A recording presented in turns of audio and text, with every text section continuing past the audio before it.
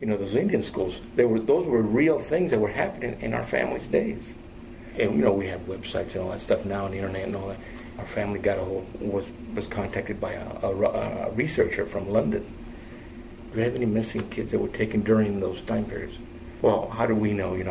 So much time has passed. I don't even know what their names were. Possibly, we did. We used to have our family reunions, and we would set a plate up. And we'd wonder when we were growing up, wonder what that's for. So everybody prayed for the food, gave thanks and all that. That nobody would touch that plate. It was up to you to find out why.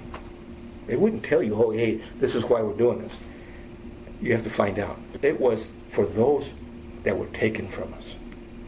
Those kids, those mothers, those fathers, they're gone. We don't know where they're at. Someday they will be found. Well, about 4 or 5 years ago now, a London researcher got a hold of us. She had information that were some children at Carlisle Indian School in Pennsylvania. Anyway, long story short, they're my great-grandmother's first cousins that were taken at that particular day. The researcher had done from London their research at Carlisle. Where did she start? There was 10,000 children at that school. And there were 24 of them across the United States.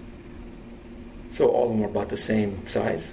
So you figure almost 250,000 kids. But 10,000, where's she going to start? Well, so she eliminates. She starts. Well, who was there the longest? And on. Who was the oldest, youngest, that kind of stuff. So the one that was there the longest was my great-grandmother's first cousin, Casita. They changed her name to Casera Roosevelt. They gave her a family's name that she was living with, the last name. She was there for 22 years, listed as a prisoner of war. I've gone there twice now and pulled up a lot of records and stayed there for a while. And the people that are there in charge of the archives are very helpful. Because there's a lot of unknowns. The children would first of all be stripped of their native clothes. They would be dressed in uniforms, military type uniforms, and so there they are. They could not speak any language except for English. If they were beaten, they were jailed. I got pictures of their little jail cells that they had for the kids. And this was a former military fort, which is still active today, as a matter of fact. But in the years as America was growing, that's where they used to train some of the soldiers for the Revolutionary War, Civil War, etc. In the 1880s, they opened it as an Indian school, and then these other ones across the United States, some of them are still open. They're more like public schools now, and so they held the kids there, and they were there prisoners of war.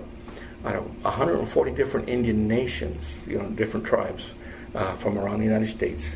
1/4 of the children that died there were Apaches.